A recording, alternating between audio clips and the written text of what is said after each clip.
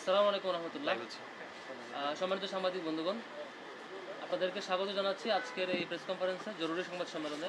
ইসলামী ছাত্র শিবিরের চট্টগ্রাম সরকারি সিটি কলেজের যে ঘটনা এবং দেশব্যাপী অব্যাহতভাবে ক্যাম্পাস দখলের যে ঘটনা ঘটছে, ছাত্র শিবিরের উপর দেশব্যাপী হামলা, শিক্ষার্থীদের উপর দেশব্যাপী হামলা, সামগ্রিক বিষয় নিয়ে আজকে জরুরি সংবাদ সম্মেলন।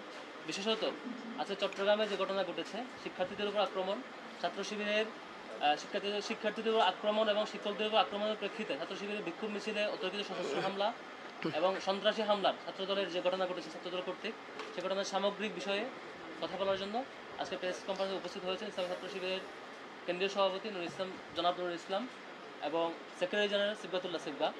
এবারে আজকের প্রেস কনফারেন্সে সামগ্রিক বিষয়ে কথা নিয়ে আসার জন্য অনুরোধ করছি ইসলামী ছাত্র শিবিরের মহতরম কেন্দ্রীয় সভাপতি জনাব নুরুল ইসলাম সাদ্দাম ভাইকে।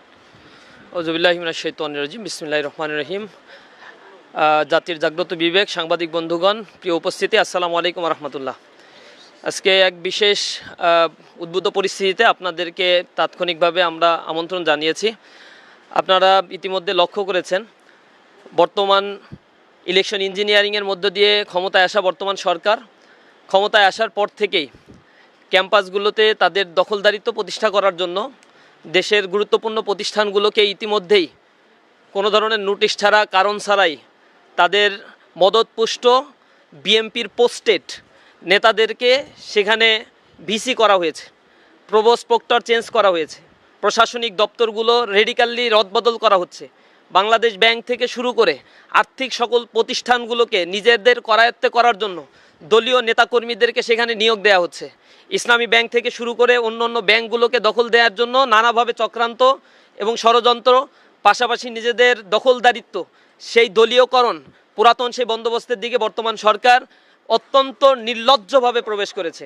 আমরা আজকে যে কারণে আপনাদেরকে এখানে ডেকেছি, আপনারা লক্ষ্য করেছেন চট্টগ্রাম সিটি কলেজে সেখানে অতর্কিতভাবে আজকে দুপুর থেকেই, সকাল থেকেই প্রায় উত্তপ্ত পরিস্থিতি এবং অসংখ্য মানুষকে, অসংখ্য ছাত্রদেরকে, ছাত্র শিবিরের দায়িত্বশীলদেরকে কোপিয়ে আহত করা হয়েছে। ঘটনার সূত্রপাত মূলত সিটি কলেজে ইসলামী ছাত্র শিবিরের স্বাভাবিক কার্যক্রম দীর্ঘদিন ধরে পরিচালিত হয়ে আসছে। সেখানে ছাত্রদল থেকে শুরু করে অন্য অন্য ছাত্র সংগঠনগুলো তাদের সাংগঠনিক কার্যক্রম পরিচালনা করছে। ইসলামী ছাত্র শিবির তার দাওয়াতি কার্যক্রম পরিচালনার জন্য ক্যাম্পাসে দাওয়াতি বিভিন্ন ধরনের পোস্টার, শহীদ শরীফ ওসমান বিন হাদিকে নিয়ে গ্রাফিতি এবং জুলাইকে কেন্দ্র করে নানা ধরনের দেয়াল লিখন, এ সকল কার্যসূচি ধারাবাহিকভাবে পরিচালনা করে আসছে। শিক্ষার্থীদেরকে সাথে নিয়ে এই কার্যক্রমগুলো ছাত্র শিবির পরিচালনা করছে। পাশাপাশি ছাত্রদলও তাদের সাংগঠনিক কার্যক্রম পরিচালনার জন্য নানা ধরনের দলীয় নেতাকর্মীর পোস্টার, দলীয় নেতাকর্মীর ছবি সম্বলিত ফেস্টুন, এগুলো দিয়ে ক্যাম্পাসকে তারা রাঙিয়ে তুলেছে। এতে আমাদের কোনো আপত্তি নাই। স্বাভাবিক ক্যাম্পাসে সাধারণ ছাত্রদের নিয়ে সকল ছাত্র সংগঠনগুলো কাজ করবে, এটাই স্বাভাবিক নিয়ম। গত কয়েকদিন ধরেই ইসলামী ছাত্র শিবিরের যে ব্যানার, ফেস্টুন যেগুলো টাঙানো হয়েছিল, সেই ফেস্টুন ব্যানারগুলোকে তারা ছিঁড়ে ফেলেছে এবং গতকাল তারা যে গ্রাফিতি শরীফ ওসমান বিন হাদিকে নিয়ে বা জুলাইকে নিয়ে করা হয়েছে, সেই গ্রাফিতি মুছে দিয়ে সেখানে নানা ধরনের আপত্তিকর শব্দগুলো তারা ব্যবহার করছে। এই সকল বিষয় নিয়ে আমাদের পক্ষ থেকে নিন্দা জানানো হয়েছে। অনলাইনে সাধারণ ছাত্ররা লেখালেখি করেছে। পরের দিন অর্থাৎ আজকে সকালবেলায় প্রশাসনের কাছে আমাদের দায়িত্বশীলরা সেখানে উপস্থিত হয়েছে এবং প্রশাসনের কাছে বিষয়গুলো অবহিত করেছে। যেহেতু ক্যাম্পাসে পলিটিক্স সকল ছাত্র সংগঠনগুলো করছে, প্রত্যেকে তার নিজ নিজ ব্যানার, ফেস্টুনগুলো, দাওয়াতি ব্যানার এগুলো প্রদর্শন করতে পারবে, এতে কোনো বাধা নেই। ছাত্রদলের ব্যানার রয়েছে, কিন্তু ইসলামী ছাত্র শিবিরের ব্যানার, ফেস্টুন যেগুলো ছিল, গ্রাফিতি যেগুলো দেয়া হয়েছিল জুলাইকে কেন্দ্র করে, এরা তো জুলাইকে কখনোই ওন করে না, ধারণ করে না। জুলাইকে মুছে দেওয়ার জন্য আপনারা দেখেছেন ঢাকা বিশ্ববিদ্যালয় থেকে শুরু করে বিভিন্ন জায়গায় তারা এই অপকর্মগুলো করছে এবং ছাত্রলীগ যারা করতো তারা তো এখন ছাত্রদল করছে। এবং এই যে গুপ্ত যারা ছিল ছাত্রলীগের মধ্যে, ছাত্রদলের এই গুপ্ত বাহিনী এখন ছাত্রদলের নাম ভাঙিয়ে নানাভাবে অপকর্মে লিপ্ত হয়ে আছে। সিটি কলেজে যখন এই জাতীয় নালিশগুলো বিশ্ববিদ্যালয় কলেজ প্রশাসনকে করা হচ্ছিল, এরপরে আমাদের দায়িত্বশীলরা নিচে নেমে এসেছে, সেখানেই ছাত্রদলের সন্ত্রাসীরা অবস্থান করছিল। কথা কাটাকাটির এক পর্যায়ে সেখান থেকে শিক্ষকরা আসে এবং শিক্ষকরা আমাদেরকে সরিয়ে দেয়। ছাত্রদল সেখানে অবস্থান করে। আমাদেরকে সরিয়ে দেওয়ার সময় ছাত্রদল অতর্কিতভাবে কিছু হামলা করে, যেই আঘাতগুলো শিক্ষকদের উপরে, শিক্ষকদের গায়েও লাগে। এরপর আমাদের ভাইয়েরা সেখান থেকে বের হয়ে যায়।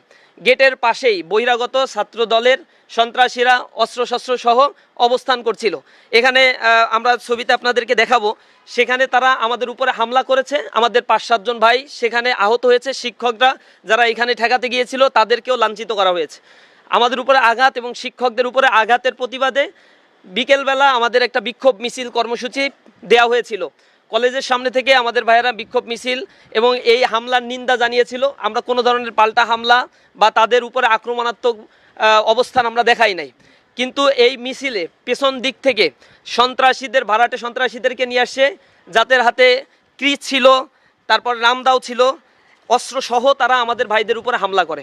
এই হামলায় পেছন দিক থেকে আমাদের অসংখ্য ভাইকে আহত করে। আপনারা দেখেছেন পায়ের কবজি পর্যন্ত প্রায় বিচ্ছিন্ন অবস্থা। আমাদের কয়েকজন ভাই গুরুতর আহত অবস্থায় হাসপাতালে ভর্তি হয়েছে। এবং যারা এই 5 আগস্ট পরবর্তী ক্যাম্পাসগুলোতে সন্ত্রাসের রাজত্ব কায়েম করার জন্য উঠে পড়ে লেগেছে, ইসলামী ছাত্র শিবির বারবার বলেছে ক্যাম্পাসগুলো সাধারণ শিক্ষার্থীদের জন্য আমরা বিনির্মাণ করতে চাই। এই 5 আগস্ট পরবর্তী একটা সহাবস্থান ক্যাম্পাসে আমাদের দাবি ছিল। কিন্তু অত্যন্ত দুঃখজনক হলে সত্য, আপনারা দেখেছেন তেজগাঁ কলেজে সাকিবকে হত্যা করা হয়েছে এবং তার দাফন কাফন এই ঢাকায় যাতে না হয়, জানাজাটা পর্যন্ত যাতে না হয়, জোর করে তাকে এই জানাজা যাতে এখানে পড়ানো না হয় তার বাড়িতে পাঠানো হয়েছিল। সেই সাকিব হত্যাকাণ্ড তেজগাঁয়, সেই ঘটনার এখনো পর্যন্ত কোনো ধরনের কোনো মীমাংসা হয়নি বা কাউকে শাস্তির আওতায় আনা হয়নি। খুলনা প্রকৌশল প্রযুক্তি বিশ্ববিদ্যালয়, সেখানে প্রকাশ্য অস্ত্র উঁচিয়ে 5 আগস্ট পরবর্তী দখলদারিত্ব করার জন্য সেখানে সাধারণ শিক্ষার্থীদের উপর হামলা করা হয়েছে। এর পরিপ্রেক্ষিতে কারো ব্যাপারে কোনো ধরনের পদক্ষেপ নেওয়া হয় নাই। এই ধারাবাহিকতা তারা যখন ক্ষমতায় আসছে, এরপর থেকে ধারাবাহিকভাবে তারা ক্ষমতায় যাওয়ার পরে এই খুনের রাজত্বগুলো তারা জারি রেখেছে।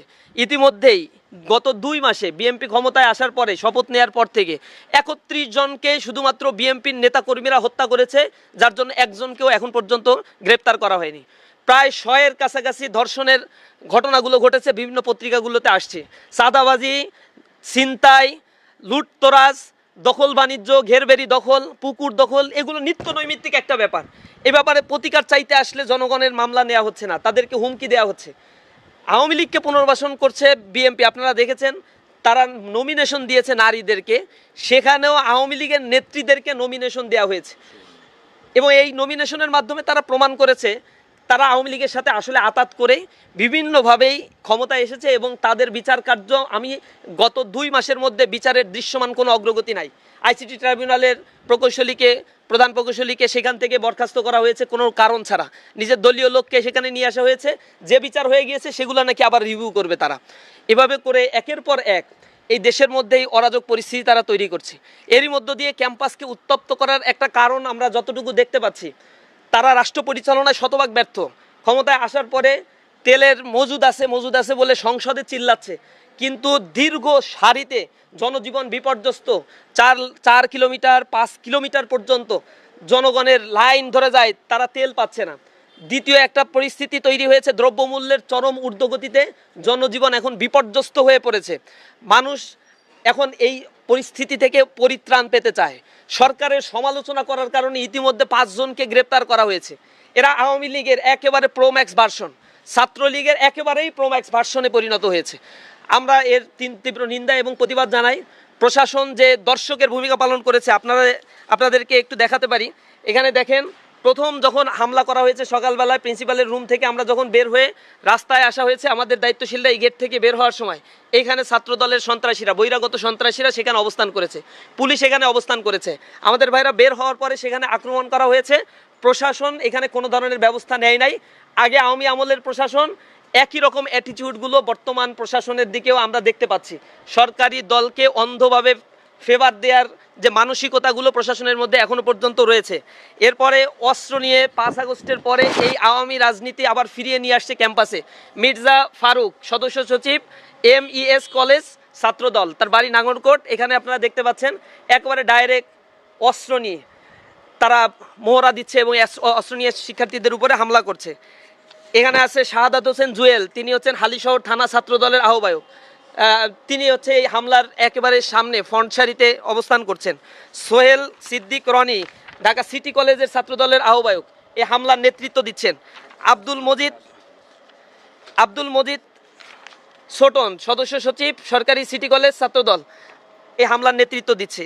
এভাবে প্রত্যেকের ক্ষেত্রে দেখবেন, এইখানে দেখেন হেলমেট পরে, ছাত্রলীগের হেলমেট বাহিনী যেটা ছিল, এই হেলমেট বাহিনী ছাত্রদলে কোত্থেকে আসলো? এগুলো সব ছাত্রলীগ করতো, এবং ছাত্রদল হচ্ছে তাদের পুনর্বাসন সেন্টার। একের পর এক কমিটি দিচ্ছে, ছাত্রলীগকে পুনর্বাসন করছে। একই অবস্থা, হেলমেট পরে, হাতে অস্ত্র নিয়ে পলাশ কমার্স কলেজ ছাত্রদলের যুগ্ম আহ্বায়ক, অস্ত্রসহ হাতে হেলমেট পরে পূর্ব প্রস্তুতি নিয়ে আমাদের ভাইদের উপরে হামলা করেছে। এখানে দেশীয় অস্ত্রসহ, এখানে আবার দেখেন হেলমেট সহ অস্ত্রসহ হামলা করার দৃশ্য।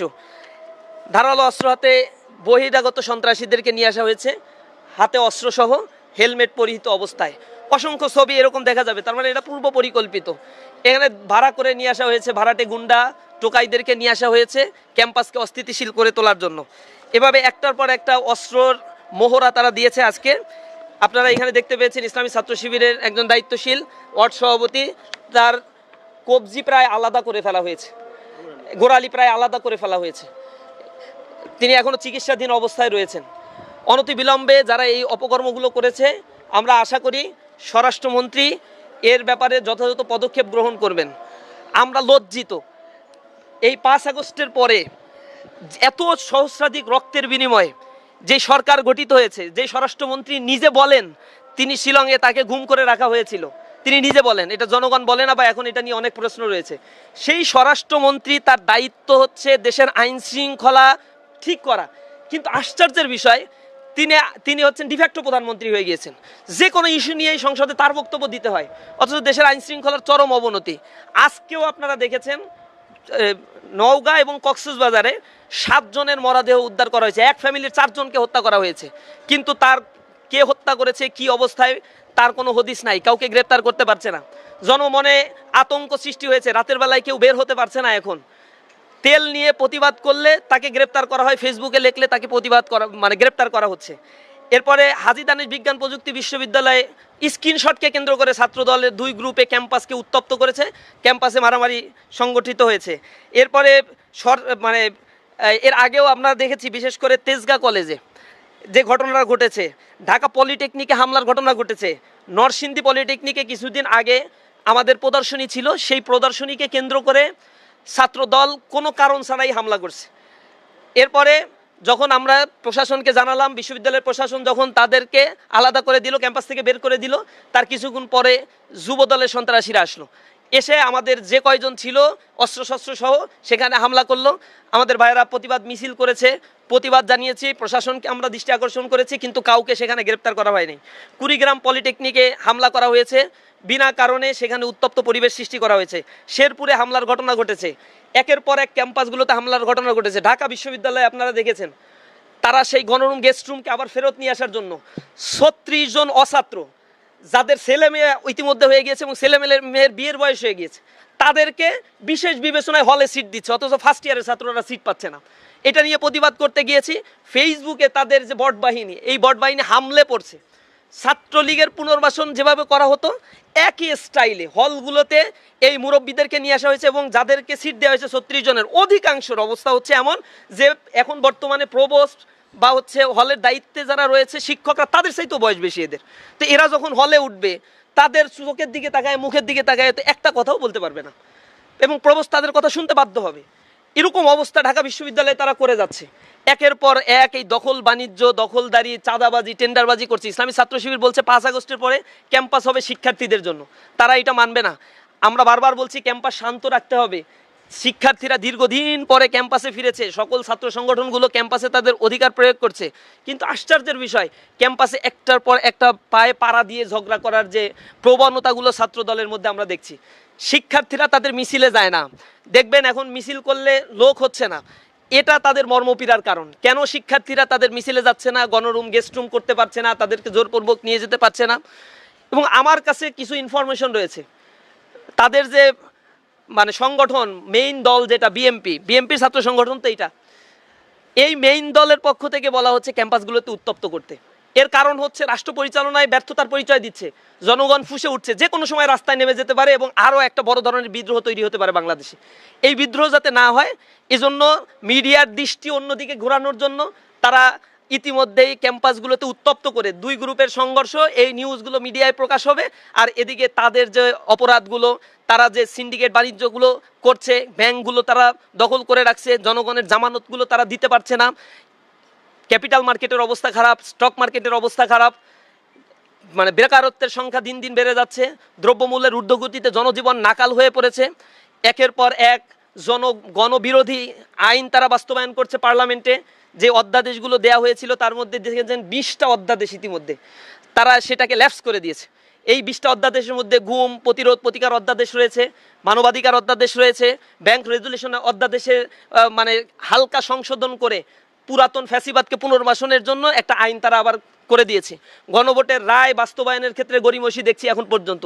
জুলাই সনদে বলে অক্ষরে অক্ষরে এটা বাস্তবায়ন করবে, অক্ষরে অক্ষরে বাস্তবায়ন, এটা বাইরে বক্তব্য দেওয়ার আপনার কিছু নয়, আপনার হাতে ক্ষমতা আছে, প্রথম দিনই সংসদে আপনার এটা বাস্তবায়ন শুরু করার দরকার ছিল। এক্ষেত্রে তাদের অসততা আমাদেরকে ভাবিয়ে তুলছে। আমরা মনে করি এই সরকার যে জুলাইয়ের সবচেয়ে বড় বেনিফিশিয়ারি, সে যেন জুলাইয়ের গাদ্দারে পরিণত না হয়। রক্ত নিয়ে তারা যেন জনগণের সাথে তামাশা না খেলে।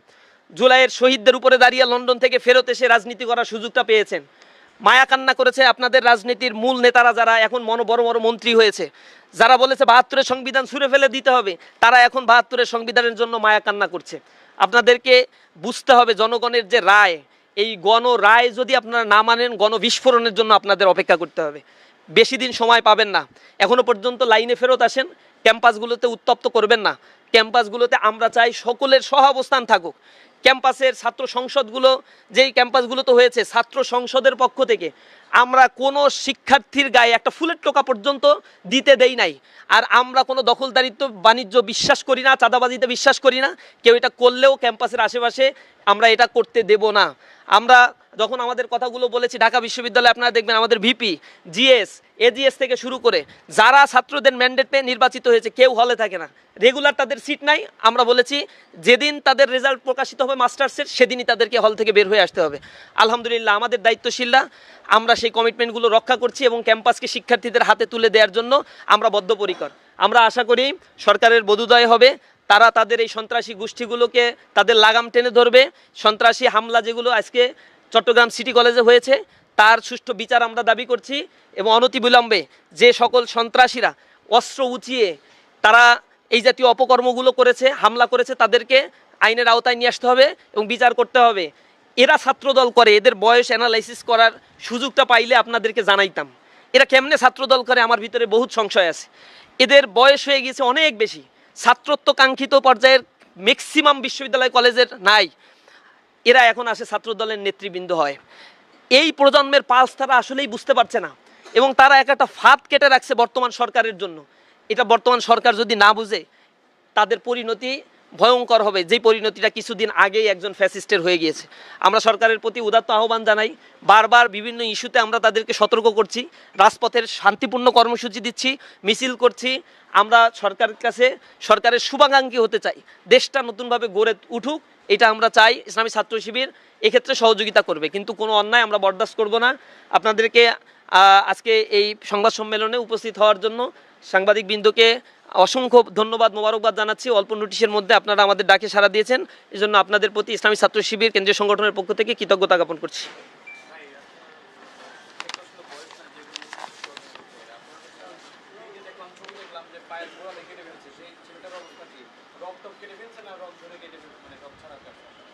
না, যেখানে আঘাত করছে রক সহই তো কেটে গেছে। রক কাটার এই রাজনীতি তো ছাত্রদলের পুরাতন রাজনীতি, এগুলো তারা করে। এখানে দেখতে পাচ্ছেন একেবারেই বিচ্ছিন্ন হয়ে গেছে প্রায়। এটা এখন ওটিতে আছে, চিকিৎসাধীন অবস্থায়। আমরা দোয়া করি আল্লাহ রাব্বুল আলামিন ভাইকে যেন আমাদের মাঝে অতি দ্রুত সুস্থ করে ফেরত দেন। খুবই খারাপ অবস্থার মধ্যে দিয়েই যাচ্ছে। আরও কয়েকজন বেশ আহত, চিকিৎসাধীন অবস্থায় রয়েছে, এমার্জেন্সি হাসপাতালে তাদেরকে নিয়ে যাওয়া হয়েছে।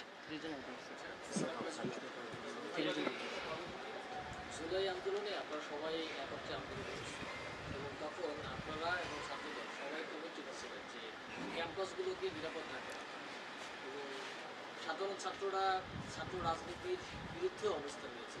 তখনও আপনারা ছাত্রদল খুবই চাইছেন যে ক্যাম্পাসে ছাত্র রাজনীতি থাকুক, কিন্তু সেটা একটু শান্ত রাজনীতি থাকুক। কিন্তু এই যে আবারও ক্যাম্পাস উত্তপ্ত হচ্ছে, ক্যাম্পাসে মারামারি,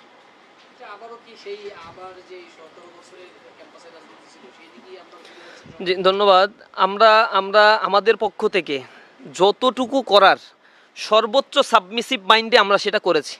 5 আগস্টের পরে আমাদের কেন্দ্রীয় সভাপতি তৎকালীন সেক্রেটারি জেনারেল 2 জন স্বপ্রণোদিত হয়ে বিএমপির প্রধান কার্যালয়ে নয়াপল্টনে আমরা গিয়েছিলাম। গিয়ে বলেছি ভাই ছাত্র রাজনীতির নতুন ডাইমেনশন সৃষ্টি করার জন্য আমরা পারস্পরিক বসি এবং ক্যাম্পাসকে আমরা সকলের সহাবস্থানে একটা চমৎকার পরিবেশ এটা দিতে চাই। আমরা পুরাতন বন্দোবস্তে আর ফেরত যাব না। তারা আমাদের সেই ডাকে সাড়া দেন নাই। এরপরে আমরা অন্তত 20টা প্রোগ্রামে ছাত্রদলকে আহ্বান জানিয়েছি, তাদের পক্ষ থেকে আমরা কোনো রেসপন্স পাইনি। আমাদের কাউন্সিলে, আমাদের গোল টেবিল বৈঠকে, আমাদের অন্য যে কোনো ধরনের প্রোগ্রামে বিগত সময়গুলোতে প্রতিটা প্রোগ্রামেই আমরা তাদেরকে আহ্বান জানিয়েছি। ইফতার মাহফিলের মতো প্রোগ্রামে বিএমপির নেতাকর্মীরা আসছে, আপনারা হয়তো নিউজে দেখেছেন, ছাত্র দলের কেউ আসে নাই। অথচ তাদের সাথে বিন্দুমাত্র কোনো দূরত্ব আমাদের ছিল না। 5 আগস্টের আগে একসাথে কর্মসূচি দিয়েছি, যুগপৎ আন্দোলনে গিয়েছি, বিভিন্ন ইস্যু নিয়ে আলাপ আলোচনা করেছি। সুতরাং এর দায়িত্ব সম্পূর্ণ ছাত্র দলের, এবং তারা এ কারণেই ক্যাম্পাসগুলোতে আমাদের সাথে বসতে চায় নাই। কারণ তারা যে রাজনীতিটা করতে অভ্যস্ত, দখলদারিত্ব, সাদাবাজি, আমরা বলেছি এই রাজনীতিটা করা যাবে না এখন আর। এটাই হচ্ছে তাদের প্রবলেম। কেন আমরা এটা বলেছি, হয়তো সেই জন্য তাদের হাতে ঘা লেগেছে। তারা তো এই রাজনীতি ছাড়া কিছুই বুঝে না। এখন পর্যন্ত আপনাদের কাছ থেকে এই অনুসন্ধানী রিপোর্ট যতগুলো পেয়েছি, টেম্পো স্ট্যান্ড দখল থেকে শুরু করে চাঁদাবাজি, ছিনতাই, হত্যা, ক্যাম্পাস দখল, মাদক নিয়ে গ্রেপ্তার হওয়া, সকল অপকর্মের সাথেই তো তারা এখন জড়িত হয়ে গিয়েছে। তাদের তো কার্যত 17 বছর ধরে ক্যাম্পাসে যেমন অবস্থান ছিল না, এরপরেও গঠনমূলক কোনো কার্যক্রম ছাত্রদের সামনে তারা নিয়ে আসতে পারেনি। আমরা তাদের বারবার অনুরোধ জানিয়েছি, কার্যক্রম যদি না থাকে তাহলে আমাদেরকে বলেন, আমাদের অনেক কার্যসূচির মধ্যে থেকে কিছু আপনাদেরকে দেই, সবাই শান্তিপূর্ণভাবে ক্যাম্পাসে শিক্ষার্থী বান্ধব কার্যসূচি পরিচালনা করি। তারা সেই ডাকেও সাড়া দিবেন না। তারা হচ্ছে সন্ত্রাসের রাজত্ব করবেন, সন্ত্রাসের রাজনীতি করবেন, আগের মতো সেই অস্ত্রের মহড়াগুলো তারা দিবেন। তো এটা যদি কেউ করতে চায়, সেটার ক্ষেত্রে তো আমাদের কোনো দায় নাই। আমরা এখনও তাদেরকে আহ্বান জানাচ্ছি, আপনারা ওইখান থেকে ফেরত আসেন। কেন শিক্ষার্থীরা আপনাদেরকে পছন্দ করে না? এতগুলো ছাত্র সংসদে কেন আপনাদেরকে ভরাডুবি হতে হলো?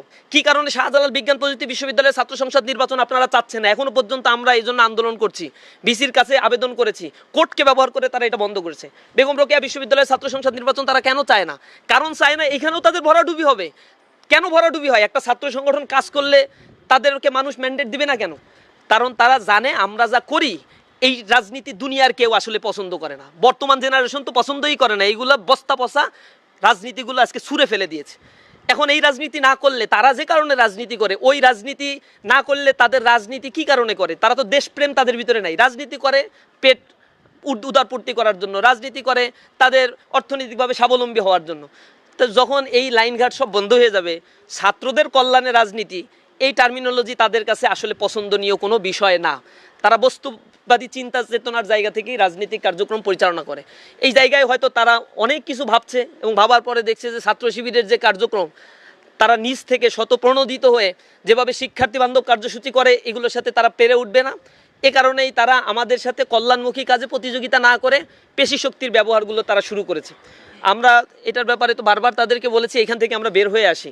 শিক্ষার্থীরা আসলে এটা পছন্দ করছে না। তারা যদি বের হয়ে না আসে, এর দায়িত্ব সরকারকে এবং যারা এই কাজগুলো করছে সম্পূর্ণ তাদেরকেই বহন করতে হবে।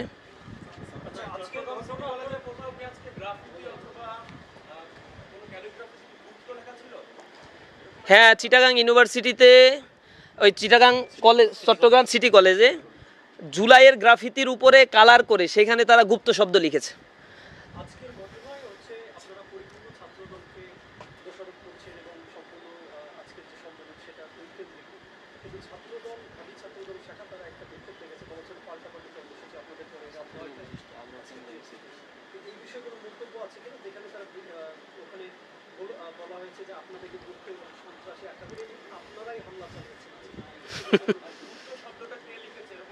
গুপ্ত লিখেছে ছাত্রদল, এটা ভিডিও আছে ইউটিউব, ফেসবুকে আপনারা দেখতে পাবেন। গতকাল থেকে এটা চলছে এবং তারা এইটা লিখতে পারে, এটা তাদের রাইটস, এটা নিয়ে আমরা প্রবলেম নাই। এইটা নিয়ে শিক্ষার্থীরা ট্রল করছে। গুপ্ত আসলে কারা, কাদের ভিতরে কারা গুপ্ত ছিল, এইটা নিয়ে তারা প্রচণ্ড পরিমাণে মর্মপীড়ায় ভুগেছে এবং আজকের ঘটনাটা এই কারণেই তারা ঘটিয়েছে। দ্বিতীয় হচ্ছে, ছাত্রদলের ডাবল স্ট্যান্ডার্ড নীতি সবসময় আছে। নিজেরা হামলা করে, আবার নিজেরাই দায় চাপাইয়ে তারা হচ্ছে মিছিল করছে। এগুলো ঢাকা বিশ্ববিদ্যালয়ে আপনারা দেখছেন কিছু হইলেই কোনো কথা ছাড়াই হচ্ছে ছাত্র শিবিরের উপর দায় চাপায় দাও। হামলা কী জন্য হয়েছে এটা যাচাই বাছাই নাই, পরে খোঁজ খবর নিয়ে গেল হামলাটা হচ্ছে তাদের লোকজনই করছে। এই যে যেমন কুষ্টিয়ার কথা দেখেন, কথিত একজন পীর হত্যাকাণ্ডের ঘটনা ঘটেছে, সেখানে মামলা দেওয়া হয়েছে জামাত ইসলামী ছাত্র শিবিরের সাবেক কয়েকজনের নামে, জেলা সভাপতি ছিল সেখানে আমাদের একজন, তার নামে দিয়েছে। পরবর্তীতে যুগান্তর পত্রিকা বা আরও কয়েকটা পত্রিকায় প্রকাশিত হলো এই হামলার সময় যারা জড়িত ছিল অস্ত্রসহ সবগুলো হচ্ছে ছাত্রদল, যুবদল এবং বিএনপির সাথে সংযুক্ত। এই হচ্ছে তাদের চরিত্র। ওভারঅল রাজনীতিক এই যে অবস্থান, এবং আপনারা দেখবেন মিরপুর কলেজে যে হামলার ঘটনাগুলো ঘটেছে, হামলা করছে তারা, আহত করছে তারা, মিছিল করছে আবার তারা, এরপরে তাদের কেন্দ্রীয় সভাপতি সেক্রেটারি ওইখানে গিয়ে তারা সেখানে সহানুভূতি দেখাচ্ছে। এটা হচ্ছে তাদের নোংরা রাজনীতি। এগুলা এখন জনগণ বুঝে, সোশ্যাল মিডিয়ার কল্যাণে, মাল্টিমিডিয়ার কল্যাণে সবার কাছে সব কিছুই পরিষ্কার অবস্থায় আছে। সুতরাং তাদেরকে বলবো এই অপরাজনীতি থেকে তাদেরকে বের হয়ে আসতে হবে এবং অনতিবিলম্বে বের হওয়ার জন্য আহ্বান জানাই। ভাই সেখানে একটা প্রশ্ন উঠেছে যে ছাত্র দলের পাশাপাশি আপনি আরেকটা নিষিদ্ধ সংগঠন ছাত্র সংগঠন তাদের নাম আপনি উল্লেখ করছেন। আমি জানতে চাই কিভাবে আসলে এর দায় কি ছাত্র দলের উপর দিচ্ছেন নাকি যারা এর সাথে জড়িত তাদের নাম বললেন তাদের উপর, কাদেরকে আসলে দেখেন 5 আগস্টের পরে ছাত্র দলের যত কমিটি দিছে এই সব কমিটির তো একটা অন্তত 40-50টা কমিটির তালিকা তো আমাদের কাছেই আছে, যেখানে ছাত্র লীগ করতো, নিষিদ্ধ ছাত্র লীগ করতো, এগুলো এখন ছাত্র দলের পোস্টেড নেতা। তো ওই যে হেলমেট বাহিনী, যেটা হেলমেট পরে আক্রমণ করা ঢাকা বিশ্ববিদ্যালয়ের কোটা আন্দোলনকে কেন্দ্র করে, এই কাজগুলো আসলে কারা করতো? এই কাজগুলো তো ছাত্রলীগ করছে, হেলমেট বাহিনী তৈরি করছে। এই একই পুনরাবৃত্তি হওয়া মানে হচ্ছে কাদের কাছ থেকে ট্রেনিং নিয়ে এই কার্যক্রমগুলো তারা আবার চালাচ্ছে, এটা বুঝতে কারো বাকি থাকে না। তো ছাত্রলীগ যাদের গ্রেপ্তার করা হয়েছিল এদের সবাইকে তো জামিন দিয়ে দেওয়া হচ্ছে একের পর এক। শিরিন শারমিন চৌধুরীকে গ্রেপ্তার করা হয়েছিল, একদিনের ব্যবধানে তাকে আবার জামিন দিয়ে সসম্মানে নিয়ে যাওয়া হয়েছে। বিএনপি জিতার পরে সরকার গঠনের আগেই প্রতিটা জায়গায় আওয়ামী লীগ ছাত্রলীগের অফিসগুলো খোলা হচ্ছে এবং মিছিল মিটিং করতেছে, তাদেরকে গ্রেপ্তার করা হচ্ছে না। অথচ কিছুদিন আগেই তারা সহস্রাধিক মানুষকে হত্যা করেছে, প্রায় 30,000 মানুষকে আহত করেছে তারা। এই দেশে একটা বড় ধরনের যে শিফটিং হয়েছে তা বোঝার মতো কোনো অবস্থা আর বিএনপি রাখে নাই। এবং জুলাইকে ম্লান করে দেওয়ার জন্য, জুলাই সনদ, গণভোট, এগুলোকে ম্লান করে দেওয়ার জন্য সকল অপকর্মের মধ্যে তারা লিপ্ত হয়ে আছে। সুতরাং যে কাজগুলো তারা করছে এর ভয়ঙ্কর পরিণতি তাদের দিকেই বর্তাবে, এটা শুধুমাত্র সময়ের অপেক্ষা। তো আপনাদের